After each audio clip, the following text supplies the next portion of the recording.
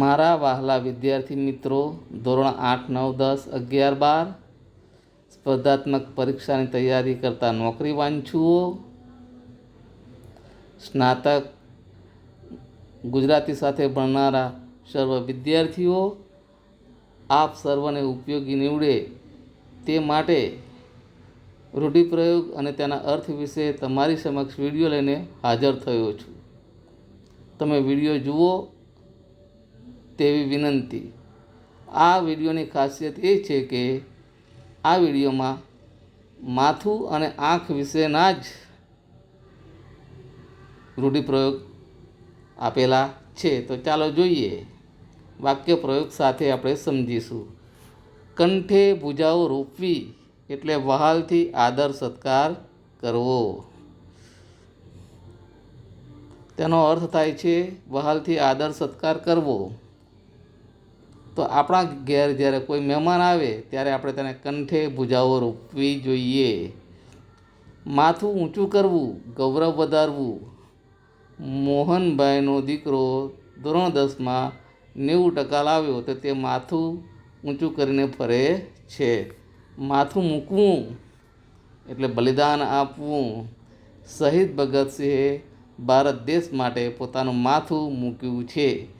માથે માથા હોવા, એકથી ચઢિયાતો બીજો માણસ હોવો. પૃથ્વી પર એકથી ચઢિયાતા એક માણસો એટલે કે માથે માથા હોય છે. માન મર્તબો આપવો, ઊંચું સ્થાન આપવું. કોઈ પણ સમારંભમાં અધ્યક્ષશ્રીને માન મર્તબો, ઊંચું સ્થાન આપવામાં આવે છે. માથું ઊંચકવું એટલે કે બળવો કરવો, સામા થવું. ભારતની ગુલામ પ્રજાએ 1857માં અંગ્રેજ સરકાર સામે માથું ઊંચક્યું એટલે કે બળવો કર્યો હતો. માથે લેવું, કોઈ કાર્યની જવાબદારી સ્વીકારવી. લગ્નમાં કોઈને કોઈ વ્યક્તિ કોઈને કોઈ જવાબદારી માથે લેતું હોય છે. માથું મારવું, પંચાયત કરવી, ખોટી દખલગીરી કરવી.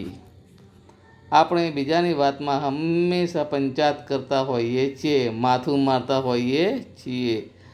માથા ફરેલ હોવું, જિદ્દી, ગુસ્સાવાળા કે મગજના તેજ હોવું.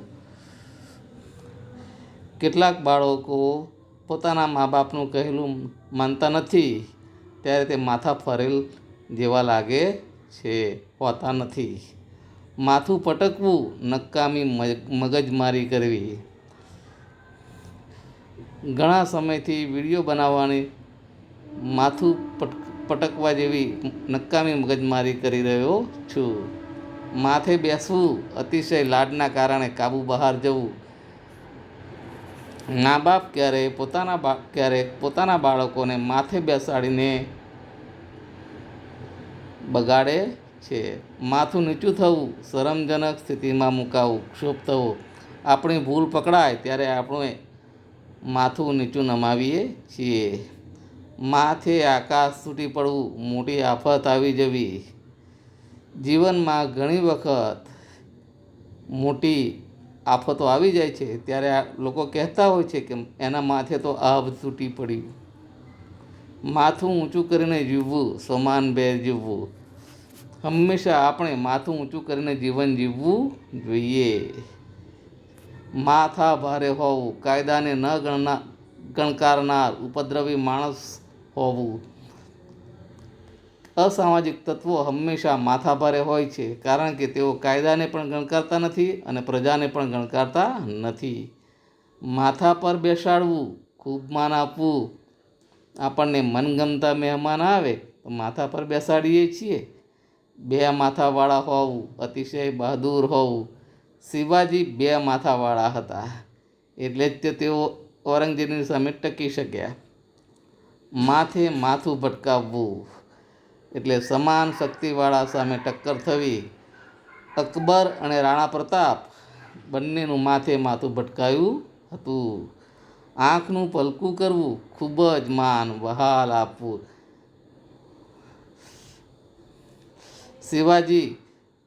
શિવાજીને તેમની માતાજી આંખનું પલકું કરીને રાખતા હતા.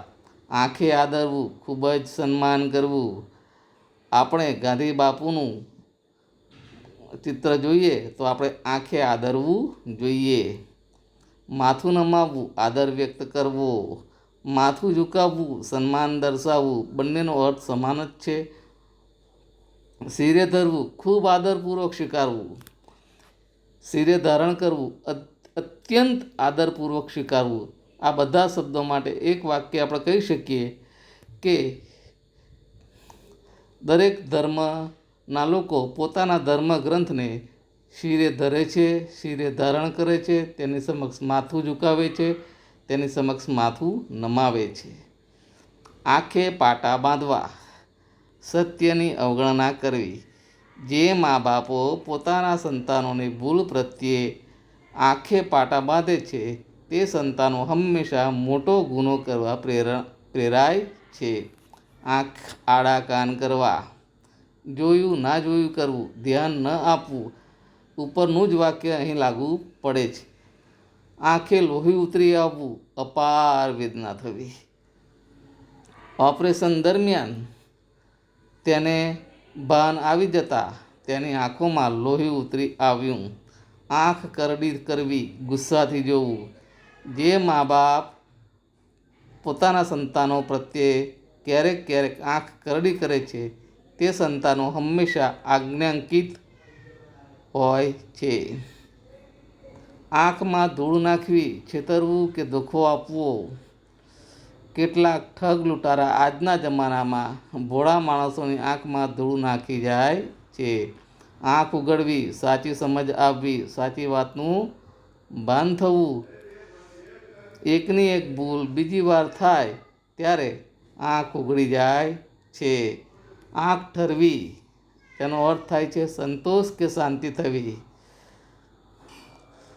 દાદીમાએ પોતાના પૌત્રનું મોઢું જોયું ત્યારે તેમને સંતોષ કે શાંતિ થઈ. આંખો ફાટી જવી, આશ્ચર્યચકિત થવું. તેનો અર્થ એ જ થાય છે આશ્ચર્યચકિત થવું, અચરજ થવું, નવાઈ પામી જવું. એટલે કે 1 કરોડ રૂપિયાની લોટરી આપણને લાગે તો ગામ આખાની આંખો ફાટી જાય. આંખ લાલ કરવી, ગુસ્સો પ્રગટ કરવો. શિક્ષકોએ હંમેશા બાળકોની સમક્ષ આંખ લાલ કરવી જોઈએ નહીં. આંખ ભીની થવી, ભાવુક થઈ જવું. સિરિયલ જોતી વખતે બહેનોની આંખો ભીની થઈ જાય છે. આંખમાં ખૂજવું, ઈર્ષા થવી. દુર્યોધનની આંખમાં પાંડવો આંખમાં ખૂંચતા હતા. આંખમાં આંખ મેળવવી, મક્કમ થવું, પોતાની વાત વિશ્વાસપૂર્વક રજૂ કરવી. જો આપણે સાચા હોઈએ તો આપણે આપણા અધિકારીની સમક્ષ આંખમાં આંખ મેળવીને વાત કરી શકીએ. આંખો અંજાઈ જવી, પ્રભાવિત થવું. બાળકની બુદ્ધિ પ્રતિભા જોઈને વિવેકાનંદની આંખો અંજાઈ ગઈ હતી. તે બાળક કોણ? તમે મને જણાવજો. આંખો ચાર થવી, પ્રેમ થવો, એકબીજાને જોવું. ઉડીને આંખે વળગવું, ખૂબ જ ધ્યાનાકર્ષક હોવું. અહીં ઉડીને આંકે નથી લખેલું છે તે ખોટું છે. અહીં કની જગ્યાએ ખ વાંચવા વિનંતી. ઉડીને આંખે વળગવું, ખૂબ જ ધ્યાનાકર્ષક હોવું. અપ્સરા જેટલી સુંદર સ્ત્રીઓ ઉડીને આંખે વળગે છે.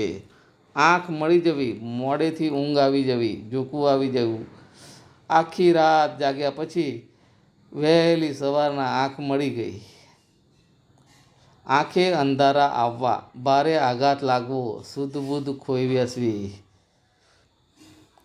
વિદેશથી માઠા સમાચાર આવતા પિતાની આંખે અંધારા આવી ગયા. આંખ મીચી જવી, મૃત્યુ થવું. ઘરડી ઉંમરના કાકા એક રાત્રે આંખ મીચી ગયા. આંખનું રતન હોવું, ખૂબ જ વહાલા હોવું. દરેક મા બાપને પોતાનું બાળક આંખનું રતન હોય છે. આંખ ફેરવી લેવી, સંબંધ તોડી નાખવો, બદલાઈ જવું.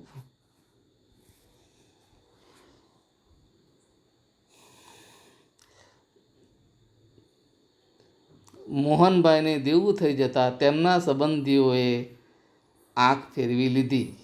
આંખો મીચીને વિશ્વાસ કરવો, વગર વિચાર્યો ભરોસો કરવો. કેટલાક માણસો પોતાના મનગમતા મિત્ર ઉપર આંખ મીચીને વિશ્વાસ કરતા હોય છે. આંખ ઉગાડીને જોવું, સાવધ રહીને હકીકત તપાસવી. અને એવા જ મિત્રો જ્યારે દગો આપે છે ત્યારે ફરી વખત લોકો આંખ ઉગાડીને જોઈને ભરોસો કરે છે. એટલે કે સાવધ રહીને હકીકત તપાસ્યા પછી વિશ્વાસ કરે છે. આંખે ચડવું, કોઈના ધ્યાનમાં આવવું. એકની એક ભૂલ વારંવાર થાય ત્યારે વિદ્યાર્થી શિક્ષકની આંખે ચડે છે.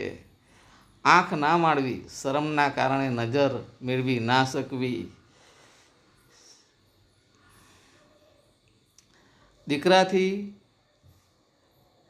મોટી ભૂલ થઈ જતાં તે મા બાપની સામે આંખ માંડી શકતો નથી. આંખો પથરાઈ જવી, લાંબી રાહ જોઈને થાકી જવું. વિદેશ ગયેલા સંબંધીઓ પાછા આવવાના વાયદા કરતા હોય છે પણ વહેલા આવી શકતા નથી. ત્યારે ઘરના વડીલો આંખ પથરાઈ જતી હોય છે. આંખ બતાવવી, ડર બતાવવો, ધમકાવવું. મા બાપોએ ક્યારેક સંતાનોને આંખ બતાવવી જોઈએ જ. આંખનું કાજલ ગાલે ઘસવું. આંખનું કાજલ ગાલે ઘસવું. સત્ય સમજ્યા વિના ઊંધો અર્થ કાઢવો. એટલે કે આપણે કથા સાંભળવા જઈએ અને કહેવામાં આવે અખાના છપ્પામાં આંખનું કાજળ ગાલે ઘસ્યું, એ રૂઢિ પર વપરાયેલો છે. તેનો અર્થ થાય છે આપણે જે સમજવું હોય તે સમજતા નથી પણ એનો ઊંધો અર્થ સમજીએ છીએ.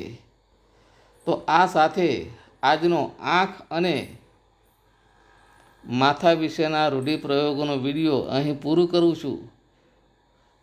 તમને ગમે તો સબસ્ક્રાઈબ કરજો. જય હિન્દ, જય ભારત.